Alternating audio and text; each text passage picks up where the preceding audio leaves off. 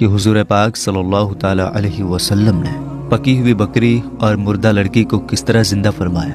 دوستو بہت ہی interesting video ہے، اس لیے آپ پورا ویڈیو ضرور دیکھیے گا۔ حضرت جریر بن عبداللہ صحابی رضی اللہ تعالی عنہ گھوڑے کی پیٹھ پر جم کر بیٹھ نہیں سکتے تھے۔ حضور صلی اللہ تعالی علیہ وآلہ وسلم نے ان کو ذوالخلصہ کے بت خانے کو توڑنے کے لیے بھیجنا چاہا، تو انہوں نے یہی عذر پیش کیا کہ یا رسول اللہ صلی اللہ تعالی علیہ وسلم، میں گھوڑے پر جم کر بیٹھ نہیں سکتا۔ آپ صلی اللہ تعالی علیہ وسلم نے ان کے سینے پر ہاتھ مارا اور یہ دعا فرمائی کہ یا اللہ، اس کو گھوڑے پر جم کر بیٹھنے کی طاقت عطا فرما اور اس کو ہادی و مہدی بنا۔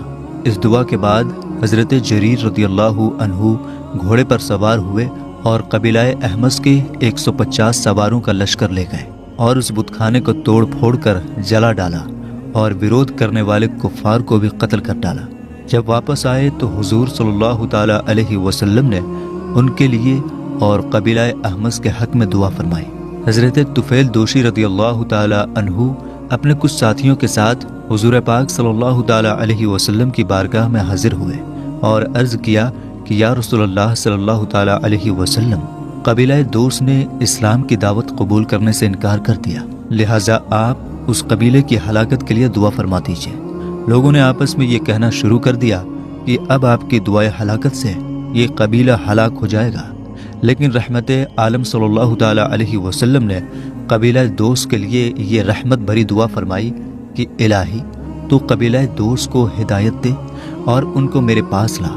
حضور پاک صلی اللہ تعالی علیہ وسلم کی یہ دعا قبول ہوئی، چنانچہ پورا قبیلہ مسلمان ہو کر بارگاہ نبوت میں حاضر ہو گیا۔ حضور پاک صلی اللہ تعالی علیہ وسلم کے سامنے ایک شخص بائیں ہاتھ سے کھانے لگا۔ آپ صلی اللہ تعالی علیہ وسلم نے ارشاد فرمایا کہ دائیں ہاتھ سے کھاؤ۔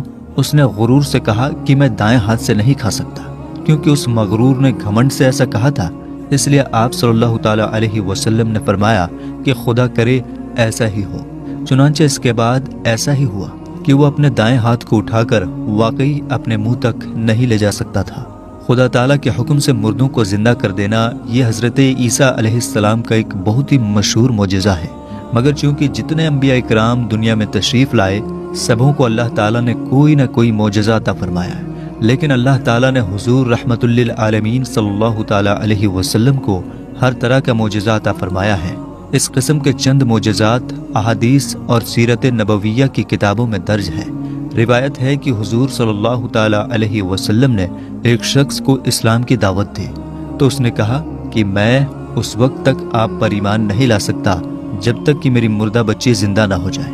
آپ صلی اللہ تعالی علیہ وسلم نے فرمایا کہ تم مجھے اس کی قبر دکھاؤ۔ اس نے اپنی لڑکی کی قبر دکھا دی۔ حضور اکرم صلی اللہ تعالی علیہ وسلم نے اس لڑکی کا نام لے کر پکارا تو اس لڑکی نے قبر سے نکل کر جواب دیا کہ اے حضور، میں آپ کے دربار میں حاضر ہوں۔ پھر آپ صلی اللہ تعالی علیہ وسلم نے اس لڑکی سے فرمایا کہ کیا تم پھر دنیا میں لوٹ کر آنا پسند کرتی ہو؟ لڑکی نے جواب دیا کہ نہیں یا رسول اللہ صلی اللہ تعالی علیہ وسلم، میں نے اللہ تعالیٰ کو اپنے ماں باپ سے زیادہ مہربان اور آخرت کو دنیا سے بہتر پایا۔ حضرت جابر رضی اللہ عنہ نے ایک بکری ذبح کر کے اس کا گوشت پکایا اور روٹیوں کا چورا کر کے سرید بنایا اور اس کو بارگاہ نبوت میں لے کر حاضر ہوئے۔ حضور پاک صلی اللہ تعالی علیہ وآلہ وسلم اور صحابہ کرام رضی اللہ تعالی عنہم نے اس کو تناول فرمایا۔ جب سب لوگ کھانے سے فارغ ہو گئے تو حضور رحمت عالم صلی اللہ تعالی علیہ وسلم نے تمام ہڈیوں کو ایک برتن میں جمع فرمایا اور ان ہڈیوں پر اپنا دست مبارک رکھ کر کچھ کلمات ارشاد فرما دیے تو یہ معجزہ ظاہر ہوا کہ وہ بکری زندہ ہو کر کھڑی ہو گئی اور پونچھ ہلانے لگی۔ پھر آپ صلی اللہ تعالی علیہ وسلم نے فرمایا کہ اے جابر، تم اپنی بکری اپنے گھر لے جاؤ۔ چنانچہ حضرت جابر رضی اللہ تعالی عنہ جب اس بکری کو لے کر گھر پہنچے تو ان کی بیوی نے حیران ہو کر پوچھا کہ یہ بکری کہاں سے آ گئی؟ حضرت جابر رضی اللہ عنہ نے کہا کہ ہم نے اپنی اس بکری کو رسول اللہ صلی اللہ تعالی علیہ وسلم کے لیے ذبح کیا تھا۔ انہوں نے اللہ تعالیٰ سے دعا مانگی تو اللہ تعالیٰ نے اس بکری کو زندہ فرما دیا۔ یہ سن کر ان کی بیوی نے بلند آواز سے کلمہ شہادت پڑھا۔ اس حدیث کو جلیل القدر محدث ابو نعیم نے روایت کیا ہے اور مشہور حافظ الحدیث محمد بن المنذر نے بھی کتاب العجائب والغرائب میں اس حدیث کو نقل فرمایا ہے۔ جن نے اسلام کی ترغیب دلائی۔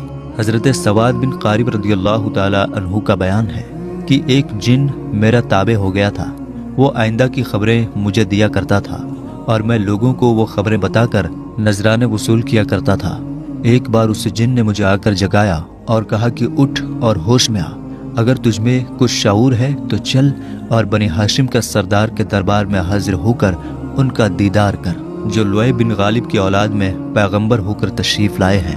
حضرت سواد بن قارب رضی اللہ تعالی عنہ کہتے ہیں کہ مسلسل 3 راتیں ایسی گزری کہ میرا یہ جن مجھے نیند سے جگا جگا کر برابر یہی کہتا رہا، یہاں تک کہ میرے دل میں اسلام کی الفت و محبت پیدا ہو گئی اور میں اپنے گھر سے روانہ ہو کر مکہ مکرمہ میں حضور صلی اللہ تعالی علیہ وسلم کی خدمت میں حاضر ہو گیا۔ آپ صلی اللہ تعالی علیہ وسلم نے مجھے دیکھ کر خوش آمدید کہا اور فرمایا کہ میں جانتا ہوں کہ کس وجہ سے تم یہاں آئے ہو۔ میں نے عرض کیا کہ یا رسول اللہ صلی اللہ تعالی علیہ وسلم، میں نے آپ کی تعریف میں ایک قصیدہ کہا ہے، پہلے آپ اس کو سن لیجئے۔ آپ صلی اللہ تعالی علیہ وسلم نے فرمایا کہ پڑھو۔ چنانچہ میں نے اپنا قصیدہ پائیہ جو حضور صلی اللہ تعالی علیہ وسلم کی تعریف میں نظم کیا تھا پڑھ کر رحمت عالم صلی اللہ تعالی علیہ وسلم کو سنایا۔ اس قصیدے کا آخری شعر یہ ہے کہ ترجمہ، یعنی آپ اس دن میرے شفیع بن جائیے جس دن آپ کے سوا سواد بن غالب کی نہ کوئی شفاعت کرنے والا ہوگا نہ کوئی نفع پہنچانے والا ہوگا۔ اس حدیث کو امام بہقی نے روایت فرمایا ہے۔ ابن سعد نے جاد بن قیس مرادی سے روایت کی ہے کہ ہم 4 آدمی حج کا ارادہ کر کے اپنے وطن سے روانہ ہوئے۔ یمن کے ایک جنگل میں ہم لوگ چل رہے تھے کہ اچانک اشعار پڑھنے کی آواز آئی۔ ہم نے ان اشعار کو غور سے سنا تو ان کا مضمون یہ تھا کہ اے سوارو، جب تم لوگ زمزم اور حتیم پر پہنچو تو حضرت محمد صلی اللہ تعالی علیہ وآلہ وسلم کی خدمت اقدس میں ہمارا سلام عرض کر دینا، جن کو اللہ تعالیٰ نے اپنا رسول بنا کر بھیجا ہے، اور ہمارا یہ پیغام بھی پہنچا دینا کہ ہم آپ صلی اللہ تعالی علیہ وسلم کے دین کے فرما بردار ہیں، کیونکہ حضرت مسیح بن مریم علیہ السلام نے ہم لوگوں کو اس بات کی وصیت فرمائی تھی۔ یقیناً یہ یمن کے جنگل میں رہنے والے جنوں کی آواز تھی۔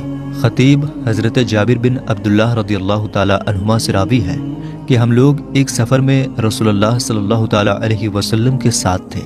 آپ ایک کھجور کے درخت کے نیچے تشریف فرما تھے کہ بالکل ہی اچانک ایک بہت بڑے کالے سانپ نے آپ کی طرف رخ کیا۔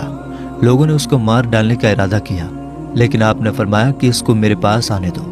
جب یہ آپ کے پاس پہنچا تو اپنا سر آپ کے کانوں کے پاس کر دیا، پھر آپ نے اس کے منہ کے قریب اپنا منہ کر کے چپکے چپکے کچھ ارشاد فرمایا۔ اس کے بعد اسی جگہ یکبارگی وہ سانپ اس طرح غائب ہو گیا کہ گویا زمین اس کو نگل گئی۔ حضرت جابر رضی اللہ تعالی عنہ کہتے ہیں کہ ہم لوگوں نے عرض کیا کہ یا رسول اللہ صلی اللہ تعالی علیہ وسلم، آپ نے سانپ کو اپنے کانوں تک پہنچنے دیا۔ یہ منظر دیکھ کر ہم لوگ ڈر گئے کہ کہیں یہ سانپ آپ کو کاٹ نہ لے۔ آپ صلی اللہ تعالی علیہ وسلم نے فرمایا کہ یہ سانپ نہیں تھا، بلکہ جنوں کی جماعت کا بھیجا ہوا ایک جن تھا۔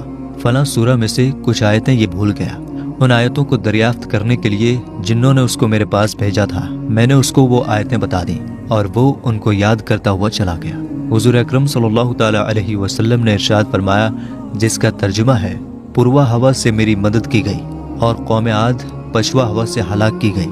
اس کا واقعہ یہ ہے کہ غزوہ خندق میں قبیلہ قریش، غطفان، قریظہ اور بنی النذیر کے یہودیوں اور دوسرے مشرکوں نے مل کر مدینہ پر حملہ کر دیا۔ مسلمانوں نے مدینے کے چاروں طرف ایک خندق یعنی گہری کھائی کھود لی تاکہ دشمنوں کے حملوں سے بچا جا سکے۔ ان دشمنوں نے مدینہ کا اتنا سخت گھیراؤ کر لیا تھا کہ مدینے کے اندر ایک گیہوں کا دانہ یا پانی کی ایک بوند بھی باہر سے آنا مشکل ہو گیا تھا۔ صحابہ کرام رضی اللہ تعالی عنہم ان مشکلوں اور پریشانیوں سے بھلے ہی بہت پریشان تھے، لیکن ان کے ایمان کی طاقت اور جوش میں ذرا بھی کمی نہیں آئی تھی۔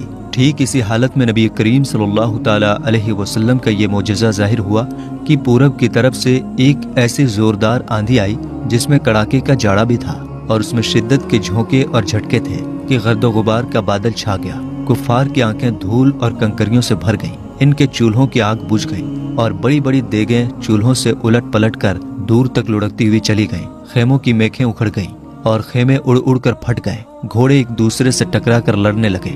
غرض یہ آندھی کفار کے لیے ایک ایسا عذاب شدید بن کر ان پر مسلط ہو گئی کہ کفار کے قدم اکھڑ گئے، ان کی کمر ہمت ٹوٹ گئی اور وہ بھاگنے پر مجبور ہو گئے اور بدحواسی کے عالم میں سر پر پیر رکھ کر بھاگ نکلے۔ یہی وہ آندھی ہے جس کا ذکر خداوند قدوس نے اپنی کتاب مقدس قرآن مجید میں ارشاد فرمایا ہے، جس کا ترجمہ ہے، اے ایمان والو، اللہ کا احسان اپنے اوپر یاد کرو۔ جب تم پر کچھ لشکر آئے تو ہم نے ان پر آندھی اور وہ لشکر بھیجے جو تمہیں نظر نہ آئے، اور اللہ تمہارے کاموں کو دیکھتا ہے۔ تو میرے دوستو، ہم یہ امید کرتے ہیں کہ حضور پاک صلی اللہ تعالیٰ علیہ وسلم کے معجزات کے بارے میں سن کر آپ کا ایمان تازہ ہو گیا ہو۔